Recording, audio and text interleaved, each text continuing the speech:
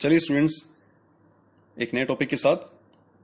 Topic वैसे कि हमारा चल रहा है लास्ट 2 लेक्चर्स के अंदर हम लोगों ने सीखा है treatment of goodwill in case of admission of A new partner. उसमें हम लोगों ने केसेस किए थे, 3 केसेस प्राइवेटली जिसकी कोई रिकॉर्डिंग नहीं थी, इन कैश और नॉट इन कैश। एक आज स्पेशल केस करते हैं जो कि एग्जाम में बहुत बार पूछा जाता है, बड़ा इंपॉर्टेंट पॉइंट है इसमें। देखिए, केस का मैंने नाम रखा है sacrifice ratio and gaining ratio, a very special case regarding the treatment of goodwill. तो आइए सीखते हैं इस केस को। क्वेश्चन समझिए, क्वेश्चन में ही डिफरेंस है कुछ। A and B are partners 4:1, इनका रेशियो है। C is admitted as a new partner for 1/6 share. C brings his capital 60,000 and C brought his share of goodwill 20,000 in cash. Cash में लाया सब कुछ, ठीक है। तो फर्स्ट एंट्री कर लेते हैं, very simple. Bank account debit to C's capital to premium for goodwill. ये एंट्री आपको अच्छी तरह आती है।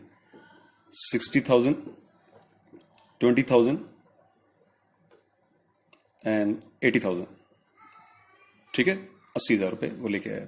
नेक्स्ट एंट्री आप अच्छी तरह जानते हैं कि प्रीमियम फॉर गुडविल की जो अमाउंट है, जो वो कैश में लाया है 20,000 rupees, that will be distributed among the partners, among the old partners in their sacrifice ratio, ठीक है।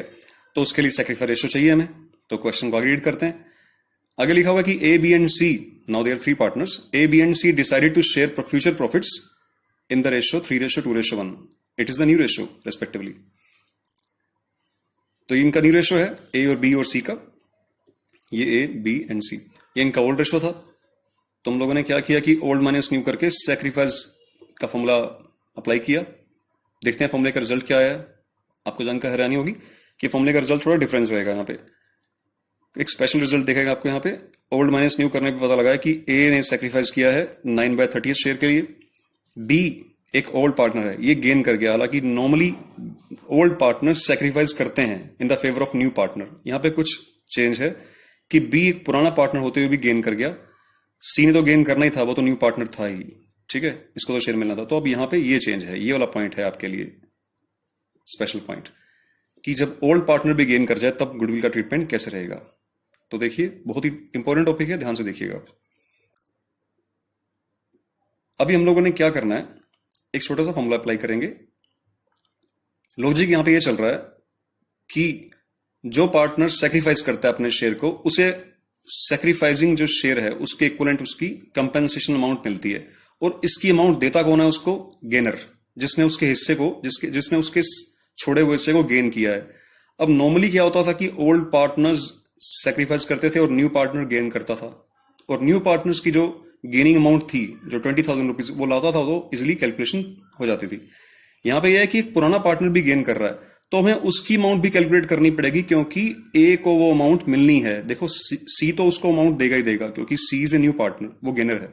यहां पे बी भी गेनर बन गया, जो कि एक ओल्ड पार्टनर है, एग्जिस्ट पार्टनर है। तो ये भी 4/30 पोर्शन के लिए अमाउंट लाकर देगा ए को, क्योंकि ए को तो 9/30 शेयर की अमाउंट मिलेगी, है ना। तो हम कैलकुलेशन करनी है कि बी को कितने रुपए लाने पड़ेंगे। सी की देखिए, अब इसका बेस बनाएंगे हम सी को, कि 5/30 शेयर के लिए सी ने कितना हिस्सा गेन किया है? 5/30 शेयर, ठीक है। 5/30 शेयर जो उसने गेन किया है, ऑफ टोटल वो लेके आया है 20,000 रुपीज। 5/30 को 1/6 भी लिख सकते हैं हम लोग, क्योंकि इसी को मैंने ऑर्गेनाइज किया था यहां पे, कि सी अपने 5/30 शेयर के लिए टोटल गुडविल की अमाउंट का 20,000 रुपए लेके आया है। तो इस हिसाब से जो टोटल गुडविल की अमाउंट बननी चाहिए है, वो बनेगी 20,000 मल्टीप्लाई बाय 30/5। ये अमाउंट बन जाएगी 1,20,000 रुपए। ये है total goodwill of the firm, total valued goodwill, जिसके बेसिस पे सी को कहा गया था कि भाई आप 1/6 शेयर के लिए फर्म में आ रहे हैं, तो अपना 1/6 शेयर लेके आइए। तो 1/6 शेयर, इसको 1/6 से मल्टीप्लाई कराएंगे तो 20,000 आ जाएगा। अब क्योंकि बी ने भी गेन कर लिया है, ये सी का केस था, तो बी ने कितना गेन किया है? 4/30 शेयर। तो अब बी को कितने अमाउंट लानी होगी? टोटल गुडविल की अमाउंट का 4/30 शेयर, ये अमाउंट बनेगी 16,000। तो ये पॉइंट हमारा क्लियर हो गया यहां पे कि सी को 16,000 रुपीज लाने हैं।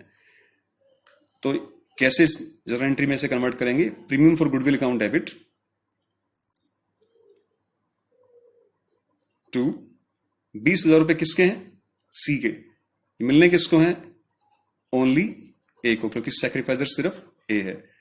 और बी को भी रुपए लाने हैं 16,000, तो यहां पे हम लोग बी का कैपिटल अकाउंट डेबिट करेंगे। जिसका कैपिटल अकाउंट आप डेबिट करते हैं, ये अमाउंट डेबिट होगा 16,000 से। जिसका कैपिटल अकाउंट आप डेबिट करते हैं उसकी कैपिटल को आप कम कर रहे होते हैं। जिसका भी कैपिटल अकाउंट आप क्रेडिट करते हैं उसकी कैपिटल को हम बढ़ा रहे होते हैं। तो 20 और 16 36,000 रुपए ए के अकाउंट में क्रेडिट होंगे।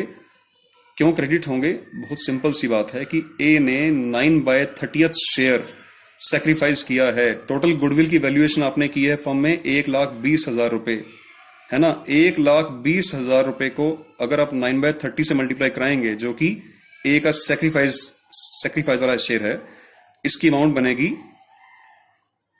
36,000 रुपए। यानी कि ए को इस छोड़े गए हिस्से के बदले में कंपेंसेशन मिलना चाहिए 36,000 रुपए का। अब प्रीमियम फॉर गुडविल जो सी लेके आया वो 20,000 रुपए है, तो बाकी 16,000 रुपए कौन लाएगा? 36 में से 20 गए 16, वो लाएगा बी। तो बी से मंगवाए हैं हम लोगों ने, कैश में मंगवा के उसकी कैपिटल को डेबिट कर दिया है, ठीक है। और ये 36,000 रुपए ए की कैपिटल अकाउंट में क्रेडिट कर दिए हैं। ये वाला केस था। ये बहुत इंपॉर्टेंट केस है। जब भी कभी कैपिटल अकाउंट बनाएंगे इसके आगे, तो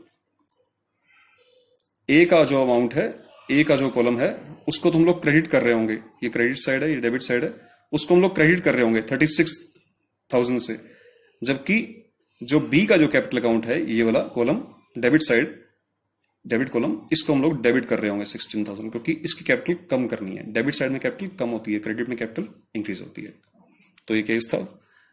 आई होप कि आपको अंडरस्टैंड, आप समझ गए होंगे इसको। सो आप इसके क्वेश्चंस ट्राई करिए, और कोई प्रॉब्लम हो तो आप मुझसे डिस्कस कर सकते हैं। Thank you so much.